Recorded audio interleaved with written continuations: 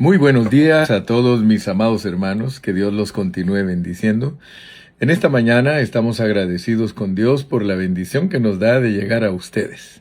Vamos a hacer una oración en esta mañana. Siento en mi corazón orar por los que estén quebrantados de salud y pasando por momentos difíciles en su vida. Padre Celestial, en este momento me dirijo a ti, Señor, y me uno con los hermanos que se unan a mí, para suplicarte, Señor, que por favor en tu misericordia tengas piedad de aquellos que están sufriendo, especialmente los que están sufriendo persecución por causa de predicar tu evangelio. Señor, donde quiera que estén, en cualquier parte del mundo, los ponemos, Señor, en tus manos. Sabemos que la oración es nuestra arma poderosa para que tú cambies las situaciones de muchas personas.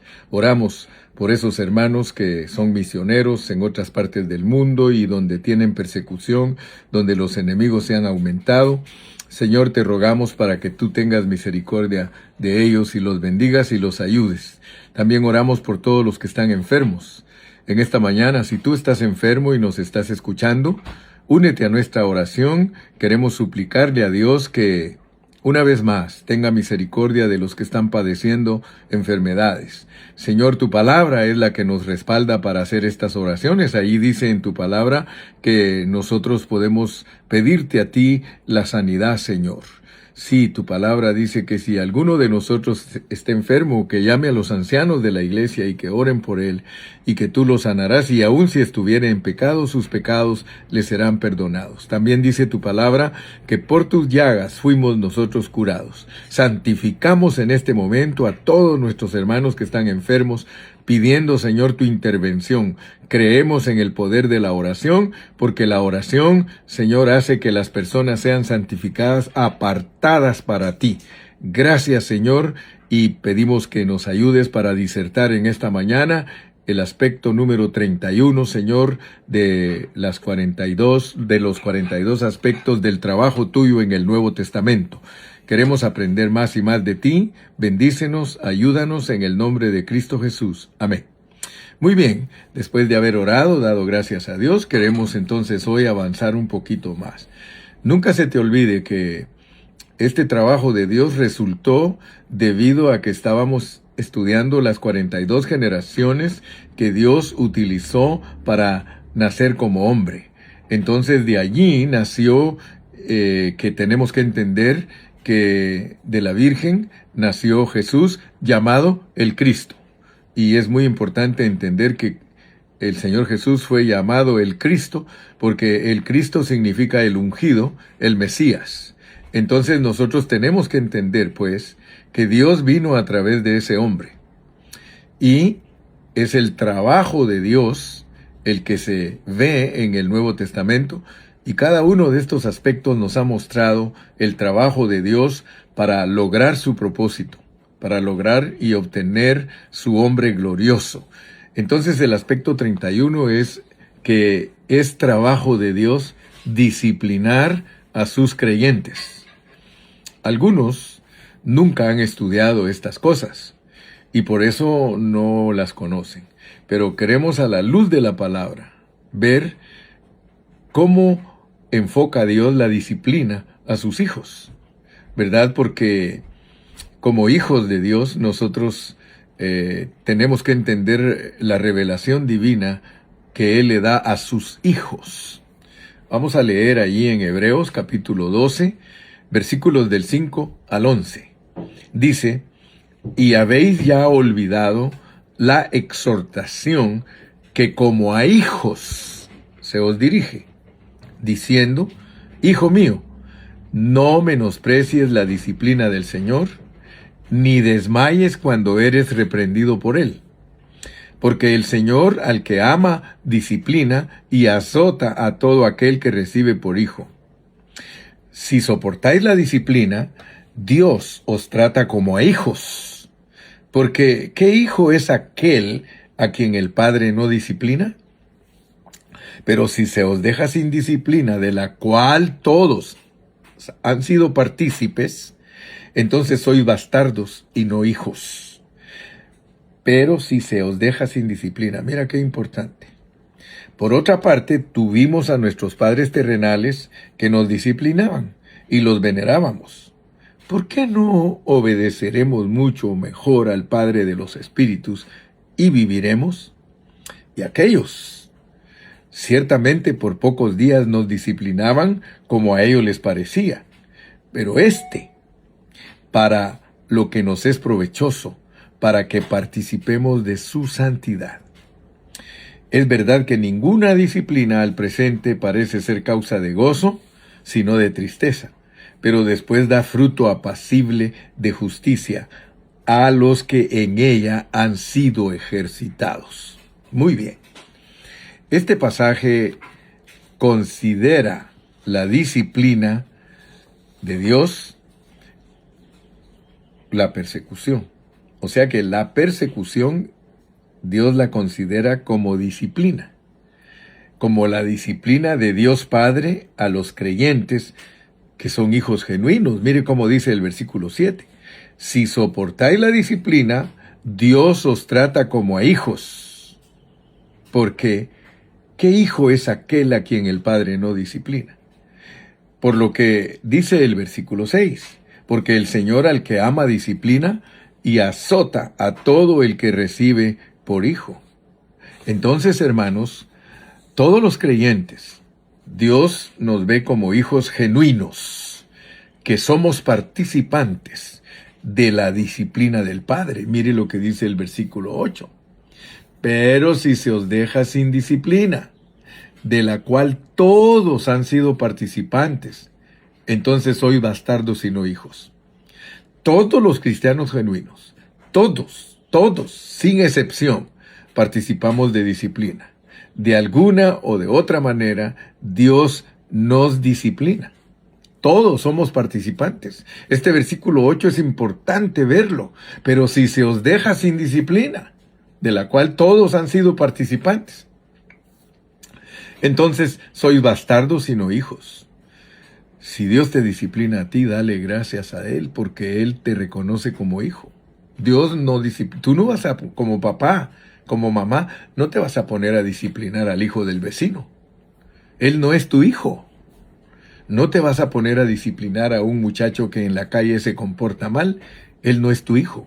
Pero tu hijo y tu hija, tú lo disciplinas. Entonces nosotros tenemos que entender bien clarito este versículo 8, pero si se os deja sin disciplina, de la cual todos han sido participantes, entonces sois bastardos y no hijos. Mira, si nosotros respetamos al Padre como nuestro disciplinador y estamos sujetos a Él, como el Padre de nuestros espíritus, porque lo dice el versículo 9, por otra parte, tuvimos a nuestros padres terrenales que nos disciplinaban y los venerábamos. ¿Por qué no obedeceremos mucho mejor al Padre de los espíritus y viviremos? Tú sabes que nosotros que hemos estudiado la Biblia por muchos años, hemos descubierto que Dios es el Padre de nuestro espíritu. Y si analizamos la Escritura, especialmente analizando todas las epístolas del apóstol Pablo, nosotros encontramos que los líderes que Dios nos ha puesto, los pastores que Dios nos ha puesto, son los padres de nuestra alma. Y nuestros padres naturales, papá y mamá, son los padres de nuestro cuerpo. Entonces aquí se está haciendo un contraste. Que si a nosotros nos disciplinaban los padres de nuestros cuerpos, ¿cómo no hemos de obedecer a nuestro Creador? Porque Dios es el Creador de nuestro espíritu. Entonces, ¿cómo no vamos a obedecer a nuestro Creador? Si nuestros padres de nuestros cuerpos, nuestros padres naturales, nos disciplinaban. Y por el otro lado, dice, obedeced a vuestros pastores porque ellos darán cuenta. Entonces, gracias a Dios que hemos entendido que hay 3 clases de padres registrados en la Biblia. Nuestro Padre Celestial, creador de nuestro espíritu. Nuestros padres espirituales, los cuidadores de nuestras almas, velando por nuestras almas. Y nuestros padres terrenales, velando por nuestros cuerpos. Muy bien, entonces entendemos esto, vamos a entender también el versículo 10, y aquellos ciertamente por pocos días nos disciplinaban los padres de nuestros cuerpos, como a ellos les parecía, Pero para lo que es provechoso, para que participemos de su santidad. Su santidad, hermano, no vayas a creer que la santidad de Dios es como muchos pobres hermanos tan barata que la ponen. Muchos dicen que la santidad de Dios es una forma de vestirse. Hermano, eso es poner a Dios en una forma barata. No, la santidad de Dios es el apartamiento de Dios. Es que Dios está separado totalmente de toda cosa mundana y de toda cosa que obstruye el trabajo de Él para cumplir su propósito. Entonces no vayamos a tener conceptos baratos de la santidad de Dios. Leemos entonces en el versículo 10. Y aquellos ciertamente por pocos días nos disciplinaban como a ellos les parecía, pero para que lo que nos es provechoso, para que participemos de su apartamiento, de su santidad, exclusivos para un uso. Eso es ser santo, exclusivo para un uso. No es nada exterior, sino es algo interior, exclusivos para un uso. Es que Cristo se forme totalmente en nosotros, porque si Cristo se forma totalmente en nosotros, lo externo es secundario, hermano. Porque, ¿qué va a fluir de tu interior? Va a fluir Cristo. Y si fluye Cristo de tu interior hacia tu exterior, imagínate, vas a ser igual a Cristo. El que ha visto a Cristo ha visto al Padre, y el que ha visto al Padre ha visto a Cristo, y el que ha visto a Cristo ha visto a los cristianos. ¿Ok? Muy bien, entonces tenemos además en el versículo 18, dice, por tanto nosotros todos, en 2 Corintios 3:18, porque todo lo que estamos hablando es un trabajo fino de Dios en todos nosotros sus hijos, el cual se relaciona con nuestra transformación. Ese es el trabajo de santidad. Transformarnos, pero no exteriormente. Transformarnos internamente para que exteriormente haya un cambio. Yo no estoy diciendo que el ser recatados y el ser personas refinadas exteriormente, que no se ve el carácter de Dios. Claro que sí, pero no es lo primario. Lo primario es ser tratados internamente, es ser tratados de que Dios se forme en nosotros, y luego exteriormente lo van a notar. El versículo 18 dice, por tanto nosotros todos, mirando a cara descubierta como en un espejo la gloria del Señor, somos transformados de gloria en gloria en la misma imagen como por el Espíritu Santo, la cual se lleva a cabo por medio del tratar de Dios con nosotros internamente para expresarlo exteriormente. Pablo dijo que eso de no tomes, no gustes, no manejes, no te pongas esto, no te pongas el otro, dice, tiene cierta reputación, pero no tiene que ver nada con los apetitos de la carne. Ninguna persona va a ser frenada de los apetitos de su carne por vestirse de cierta manera, no, pero sí va a ser restringido en los apetitos de su carne si se deja transformar internamente. Entonces aquí en Hebreos 12 continúa diciendo que ninguna disciplina al presente produce gozo, sino tristeza, pero después produce fruto apacible de justicia. Para entender lo que es producir fruto apacible de justicia, tenemos que leer en Isaías 32:17. Porque paz es el fruto de la justicia. Mira, y el efecto de la justicia será paz. El efecto de la justicia será paz. Y la labor, el trabajo de la justicia es reposo y seguridad para siempre. Mira, nosotros recitamos textos, pero muchas veces no los analizamos. Hay un texto que a mí me gusta mucho, un versículo que a mí me gusta mucho, es Isaías 26:3. Tú guardarás en completa paz a aquel cuyo pensamiento en ti persevera. Entonces ese versículo está bajo el contexto de que nosotros vamos a tener paz si nuestro pensamiento persevera en Cristo. Pero ahora te presento otro contexto. Y el efecto de la justicia será paz. Y el efecto de la justicia, el efecto. Cuando tú te tomas una medicina, tú experimentas efectos. Entonces, el efecto de la justicia en este caso es la medicina. La justicia, dice, el efecto de la justicia será paz. En el otro es, tú guardarás en completa paz a aquel cuyo pensamiento en ti persevera, porque en ti ha confiado. Eso es bajo la fe. Pero ahora viene que el efecto de la justicia. La justicia, su efecto es paz. Pero también la justicia tiene labor. El labor de la justicia, reposo y seguridad. Ojalá que tú seas abierto de tus ojos y alcances a ver estas cositas que estamos considerando. ¿Tú quieres ver paz en ti? Ese es el efecto de la justicia. Pues la justicia se puede definir muy ampliamente. ¿Cómo es que tú recibes justicia? Porque Cristo es tu justicia y tú también te vuelves justicia de Dios. Entonces la santidad se refiere a la naturaleza interna, mientras la justicia se refiere a un comportamiento externo, que es hacernos correctos exteriormente. Ambos, con Dios y con los hombres. Nosotros tenemos que ser correctos ante Dios y también tenemos que ser correctos ante los hombres. Así que le doy gracias a Dios que en esta mañana Dios me ha permitido compartirte lo que es la disciplina a los creyentes. El trabajo de disciplinar a creyentes. Oye lo que dije, el trabajo de disciplinar a los creyentes. Dios, cuando Él disciplina a los creyentes, Él está trabajando en sus creyentes. Pero nota que dice la Biblia, no el hermano Carrillo, que todos los creyentes tienen que participar de la disciplina de Dios. Participar de la disciplina de Dios es que Dios no se hace indiferente a nosotros. Dios nos ha reconocido como sus hijos genuinos. Acuérdate de Juan 1:12, dice, mas a todos los que le recibieron, a los que creen en su nombre, les dio potestad de ser hechos hijos de Dios. Entonces nosotros tenemos un privilegio muy, muy, muy grande. Nosotros somos reconocidos por Dios como hijos genuinos.